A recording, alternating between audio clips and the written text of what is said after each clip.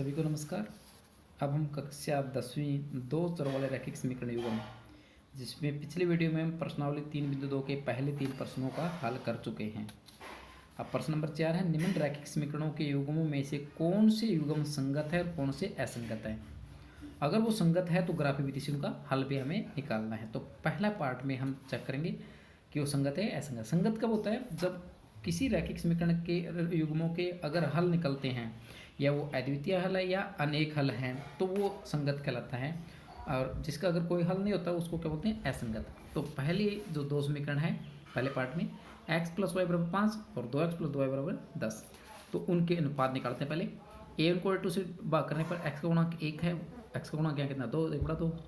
फिर b1 को b2 से भाग करने पर वो भी कितना आएगा, y का गुणांक 1 है, y का गुणांक 2 है, तो 1/2। c1 को c2 से भाग करने पर c1 यहाँ पे है, इस 5 को उधर ले बराबर के उधर लेके जाएंगे तो -5 हो जाएगा, और इसको 10 को उधर लेके जाएंगे तो -10, तो माइनस से माइनस कट जाएगा तो 5/10 यानी कि 2। तो तीनों अनुपात यहाँ क्या है? बराबर हैं। अतः समीकरण युग्म क्या हुए? संगत। क्यों? क्योंकि इसके अनेक हल अपरिमित रूप से अनेक हल होंगे, अपरिमित रूप से अनेक हल होंगे। क्योंकि इसके अनेक हल हैं इसलिए ये क्या हुआ? संगत है युग्म। और क्योंकि यह युग्म समीकरण युग्म संगत है इसलिए इसका ग्राफीय विधि से हल करेंगे हम। तो पहली रेखा है x + y = 5, तो उसके y का मान कितना है? 5 - x। क्यों निकाला हमने y का मान? क्योंकि हम इसके ऊपर दो बिंदु हम दर्शाना चाह रहे हैं। तो x का मान जब हमने 0 रखा तो y का मान कितना है? 5 में से 0 जाएगा तो 5। x का मान जब हमने 5 रखा तो 5 में से 5 गया 0। आप और x और y के कोई भी मान रख सकते हैं वैल्यू निकालने के लिए। तो हमें दो हल निकाल दिए इसके। इसी तरह दूसरी समीकरण 2x + 2y = 10, तो 2y किसके बराबर आएगा? 10 - 2x। y कितना आएगा? 10 - 2x का 2 से भाग, क्योंकि 2 भाग में चला गया। अब x का मान 0 रखते हैं, 2 0 0, तो 10/2 कितना आएगा? y का मान 5। और x का मान अगर 5 रखते हैं तो 5 दूनी 10, 10 में से 10 गया 0, 0 को 2 से भाग किया 0। तो ये दोनों समीकरणों के हमने दो हल निकाल दिए। अब दोनों समीकरणों के जो दोनों हल है क्या है? बराबर है, यानी दोनों ग्राफ इन्हीं दो बिंदुओं से पास होकर जाएगा। तो इसका जब हमने ग्राफ ड्रा किया तो x अक्ष y अक्ष को लिया, ये आपका मूल बिंदु है। पहली रेखा भी 5,0 0,5 से जा रही है, और दूसरी रेखा भी 5,0 0,5 इन दोनों बिंदुओं से वो जा रही है। तो दोनों का ग्राफ एक दूसरे के ऊपर ही आएगा। इसको हमने इन दोनों बिंदुओं की सहायता से हमने दोनों रेखाओं का जब ग्राफ बनाया तो ये पहली रेखा है x + y = 5, और ये दूसरी रेखा है 2x + 2y = 10। तो दोनों ग्राफ बना के दोनों रेखा कैसी है? समपत्ति है, इसलिए इन जो समीकरण युग्म हो कैसा है? वो संगत। इसका ग्राफीय विधि से हमने हल निकाला। उसका इसके पार्ट नंबर 4 में आप इसी तरह पार्ट नंबर 2 और 3 कर सकते हैं। तो इसमें भी दिया हुआ 2x - 2y - 2 = 0, 4x - 4y - 5 = 0। ये दो रैखिक समीकरण आपको दी हुई हैं।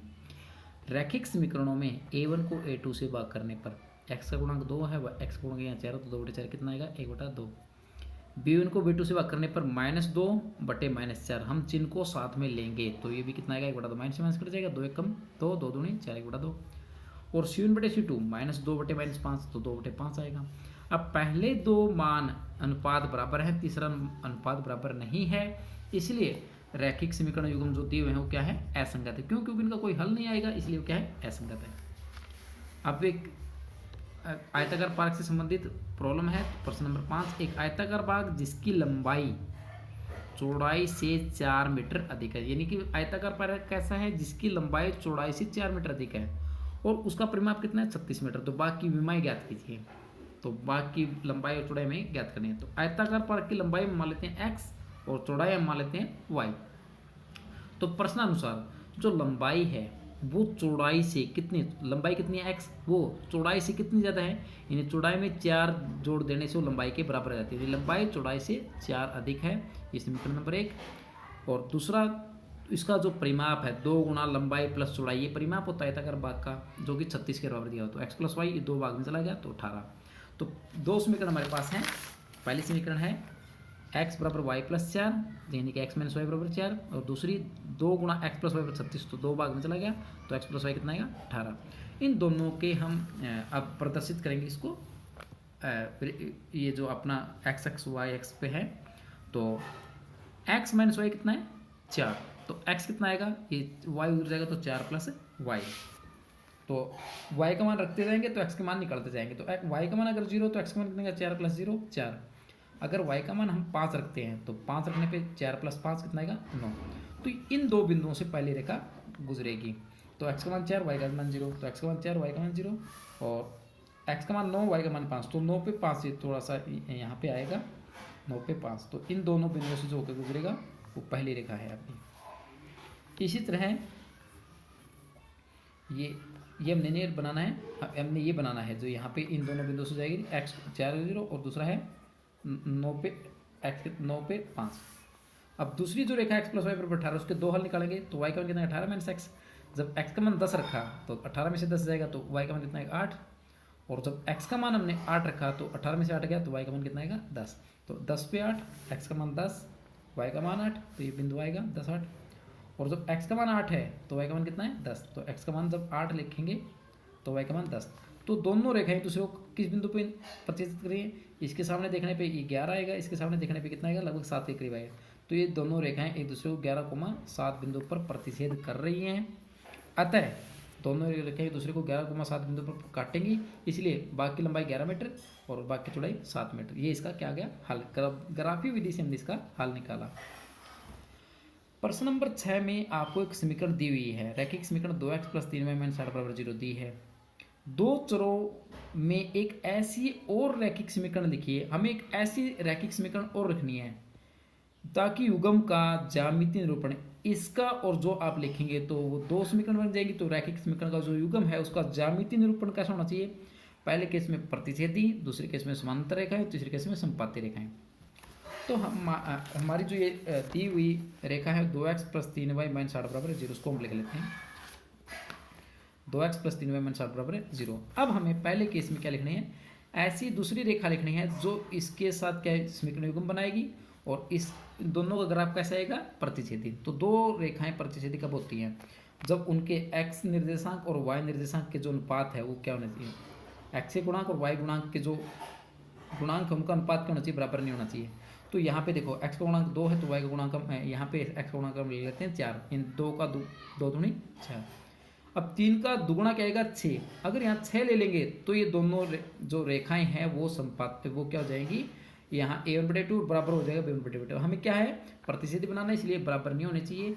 इसलिए हमने 3 की यहाँ क्या लिखा इसमें 7। अब C1 C2 कुछ भी हो सकते हैं। हमें क्या है? A1 को A2 से भाग करने पर B1 को B2 से बराबर नहीं होना चाहिए। तो ये दो युग्म है जिसके लिए दोनों क्या बनाएंगी? प्रतिच्छेदी रेखाएं बनाएंगी। अब दूसरे केस में क्या पूछा है कि वो कैसी हो? समानांतर रेखाएं। तो समानांतर रेखाएं कब होती है? जब पहले दो अनुपात बराबर हो तो इस अनुपात बराबर ना हो। तो इसके साथ हम इस समीकरण को लेंगे। तो 2 का दुगुना 4, 3 का दुगुना लेने पे 6, क्योंकि 2 को 4 से भाग करने पे 1/2 आएगा। पहला अनुपात बराबर है। 3 को 6 से भाग देने पे 1/2 है, यानी पहले दो अनुपात बराबर हैं। और तीसरा अनुपात निकालते हैं तो -8 को जब -7 से भाग करोगे तो -8/7 -7, तो 8/7 हो जाएगा जो तीसरे के बराबर नहीं है। अतः इस युग्म को इसके बराबर लेने से यानी कि यहाँ पे आप 16 नहीं ले सकते क्योंकि 8/16 क्या जाएगा 1/2। तो ये तीनों बराबर हो जाएंगे। बट हमें तीनों बराबर नहीं लेने क्योंकि हमें इनको समानांतर रेखा बनाना है। तो ये इसके साथ दूसरा युग्म। और तीसरे युग्म में हमने कैसी बनानी है? संपाती रेखाएं। तो संपाती के लिए क्या होते हैं? तीनों युग्म तीनों अनुपात क्या होना चाहिए? बराबर। तो बराबर बनाने के लिए इसका दुगुना 2 दूनी 4, इसका दुगुना 3 दूनी 6 और 8 का दुगुना 16। अब तीनों का अनुपात a1/2 वो भी 1/2 आएगा, b1/2 वो भी 1/2 आएगा, c1/2 वो भी 1/2, क्योंकि तीनों का अनुपात क्या है? बराबर है। तो ये दो युग्म है जो किसको बनाएंगे? संपाती रेखा को। प्रश्न नंबर 7 में दो समीकरणें आपको दी हुई हैं, का ग्राफ खींचिए। एक्स अक्ष और इन रेखाओं से बने त्रिभुज के निर्देशांक और त्रिभुजाकार पटल को छायांकित कीजिए।